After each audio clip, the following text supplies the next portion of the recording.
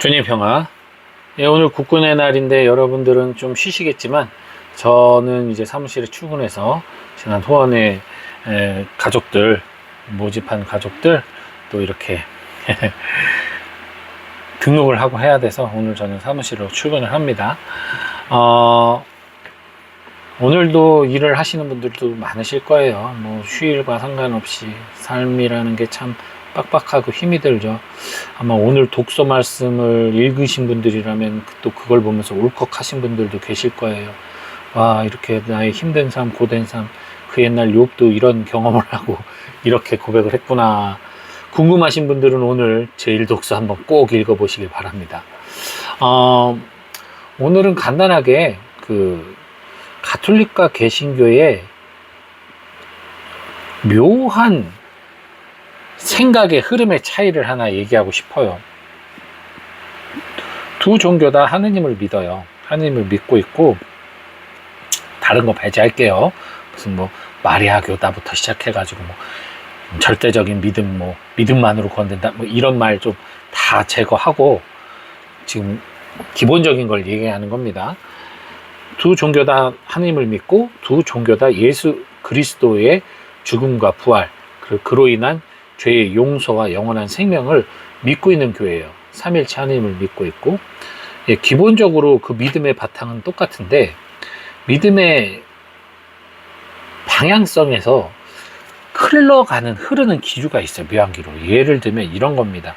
개신교의 믿음과는 약간의 예정설의 그 향이 나요. 어떤 거냐면, 내가 내 믿음으로 하느님께서 나의 모든 죄를 용서하셨다. 근데 그 죄가 믿기 전에 이 죄만이 아니라 믿은 이후로 내가 저지를 모든 죄악까지 다 용서해 주셨다. 그래서 내가 믿고 있기만 하면 비록 내가 죄를 짓는다 하더라도 나는 용서받고 구원을 받는다 라는 이 절대적 믿음관을 바탕으로 한 구원의 확신성, 이런 기류가 있어요. 흐름이. 그들하고 얘기를 나누다 보면 가톨릭 신자들은 똑같은 믿음이에요. 전제는 똑같은데 여기서 다른 점이라면, 그럼에도 불구하고 우리들이 그 믿음에 알맞는 선행, 이제 내가 믿고 구원을 받았으니 거기에 맞게 선행을 하고 죄를 안 지려고 노력하고 선행을 해야 되는 어떤 우리의 의화에 맞가진 노력이 필요하다. 그래서 우리 믿음을 드러낼 수 있는 그러한 실질적인 구체적 행동이 필요하다. 그게 믿음의 완성으로 가는 길이다. 약간 이런 기류가 흐르는 거죠.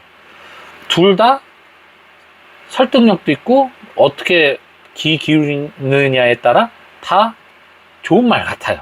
근데 둘 다 맹점도 있습니다. 절대적인 믿음은 결국 예정론으로 흘러갈 수가 있어요. 뭐냐면, 나는 이미 구원 받았기 때문에 나는 어떻게 살아도 상관없어 라고 말하는, 뭐 네오 영지주의라고나 할까요? 난 이미 뭐 구원 받은 존재이기 때문에. 그렇게 되면은 내가 자칫 믿지 않는 이들에 대해서는 그들의 어떠한 행실이 아무리 선하고 아름다워도 무조건 X, 나쁜 놈, 저주받은 지옥 갈 사람으로 돼버리는 거죠. 나는 막 죄를 져도 난 믿었으니까 구원받고 저 사람을 안 믿었으니까 지옥 간다라는 아주 극단적인 이혼론에 빠질 수가 있어요. 그러나 내가 선하고 그가 악한지에 대해서는 솔직히 판단할 수 없거든요. 내 믿음이 그리고 정말 옳은 믿음이고 정말 하나님 보기에 알맞은 믿음인지에 대해서도 내가 확신할 수 있는 건 아니란 말이에요. 그건 하느님이 평가하시고 심판하시는 거지. 더더군다나 그 사람들의 속마음을 내가 모르잖아요. 안 믿는 줄 알았는데 그 사람들이 내적으로 믿어. 단지 예배를 하러 오지 않을 뿐이야. 그렇게 될 경우에 우리가 알 수 없단 말이죠. 그런 맹점이 있어요. 반면 또 가톨릭 교회에서의 맹점은 아주 잘 아시다시피 죄의식이 많아져요. 내가 선행을 믿는다면 마땅하게 선행을 베푸고 죄를 안 져야 되는데, 잠깐만 나는 여전히 죄를 짓고 있고 선행에도 나태하고, 이런 모습이 자기 스스로를 난 구원에 막가진 사람이 아닌가 봐, 주님이 초대를 했지만 나는 구원받기 힘든 사람이야 하면서 스스로가 자기 자신을 단죄하면서 자꾸만 이렇게 앞으로 나서지 못하고 뒤로 물러서는 그러한 또 수동적 믿음관으로 흘러갈 수가 있습니다.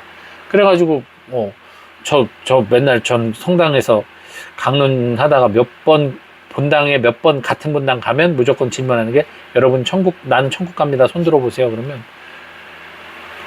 개신교에서 아마 손 들라고 하면 막 손 들 거예요. 근데 천주교 신자들은 안 들잖아요. 몇 명 들어요. 그럼 그 몇 명 드는 사람들 보면서 부러워하고 있어요. 부러워하거나 혹은 야, 무슨 배짱으로 손을 들어? 무슨 자신감이야? 이런 분들 계실 겁니다. 자신감 때문에 드는 게 아니에요. 하느님의 은총 때문에 드는 거예요. 나는 자신 없어요. 저도 자신 없어요. 다만 내가 하느님께 매달리고 비록 이 모양이지만 하느님께 바짓가랑이 붙들고 도와달라고 부르짖는 죄인인 한 주님께서는 지나가던 길에서도 하혈하는 여인을 고쳐주시니까 그분께서는 구원을 주신단 말이죠. 그러니까 용기를 내서 손을 들어야 되는데 이 용기가 없는 거예요. 이게 유혹에 빠진 거죠. 니깎게 무슨 구원을 받아라는 사탄의 그 말 한마디에 당연한 나의 권리를 놓치는. 그러니까 이게 또 가톨릭의 맹점이에요. 그러니까 저는 이 둘이 잘 버무려졌으면 좋겠어요. 개신교 신자들의 그 믿음에 대한 강한 그 어떤 신념, 믿음에 대한 그 자신감, 믿음에 대한 뭐라고 그럴까, 당당함과 가톨릭 신자들에 대한 그럼에도 불구하고 나약한 우리 인성을 가지고 있는 우리가 끊임없이 회개하고 성찰하면서 주님이 주신 이 믿음의 보화를 개발시켜 나가는, 성장시켜 나가는 이 삶이 같이 합해졌을 때 정말 아름다운 신앙이 탄생하지 않을까. 정말 주님 보기에 가장 아름다운 모습이. 근데 어쨌든 저 같은 경우도 약점이 뭐냐면 오늘 강론 때도 그 얘기를 했는데 나 자신에 대해서는 하느님의 사랑과 자비에 대한 이야기를 하며 나 자신의 약점은 합리화를 하면서 남에게는 하느님의 정의의 잣대를 들이밀 때가 있다라는 거죠. 그런 이분법적인 사고가 갈등을 일으키게 한다는 거죠. 그렇다고 또 한없이 나한테 하든 남한테도 그렇게 하는 것도 또 옳은 건 또 아니거든요. 왜냐면 때로는 정말 이야기를 해줘야 되고 정말 함께 성찰해야 될 부분이 있는데 그것마저도 그냥 다 하나님이 용서해 주셔 라고 할 수도 있고, 반대로 내가 나에게 정의 잣대를 들이밀듯이 남에게도 정의 잣대만 들이밀면 정말 서로 긴장과 불안 속에서 살게 되는 거니까요. 우리가 그 식별을 잘해야 되는 겁니다. 용서받는 은총의 기쁨과 그럼에도 불구하고 정의로운 하느님께서 심판하실 수 있는 부분에 대한 두려움을 동시에 갖고 있어야 되는 거예요. 예. 그러니까 사랑과 존경과 더불어 그분의 권위에 대한 합당한 복종을 해야 되는 거죠. 오늘 복음처럼 야고보, 요한 자기들이 뭐라고 예수님께 저들을 내가 불을 태워 죽일까요?